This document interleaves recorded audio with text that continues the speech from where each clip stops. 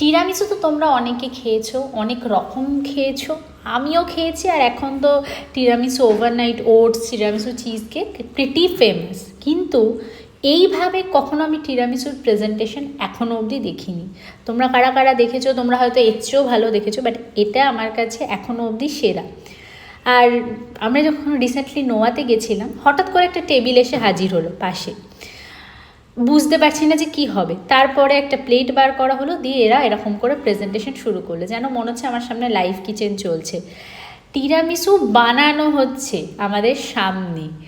মানে খুব অদ্ভুত একটা ব্যাপার, কিন্তু খুব ভালো লাগছিলো যে চোখের সামনে এরকম যখন কোনো রেসিপি বানানো হয় বেশ ভালো লাগে।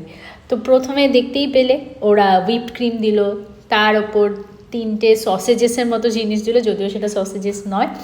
তার ওপর প্রথমে কফি দিল, তারপরে এবার চকলেট গ্রেড করছে। যখনই ভাবছি এই হয়তো শেষ হয়ে গেল, এই হয়তো শেষ হয়ে গেল, দেখছি একটার পর একটা ওরা ইনগ্রিডিয়েন্টস কিন্তু অ্যাড করে যাচ্ছে। এরপর ফুল অ্যাড করলো, লাস্টে ফিনিশিং টাচটা দিল ওরা কফিটাকে দিয়ে। তো মাঝে মাঝে একটা জিনিস মনে হয়, যে জিনিস দেখতে সুন্দর হয় সেটা খেতে কি আদৌ সুন্দর হবে?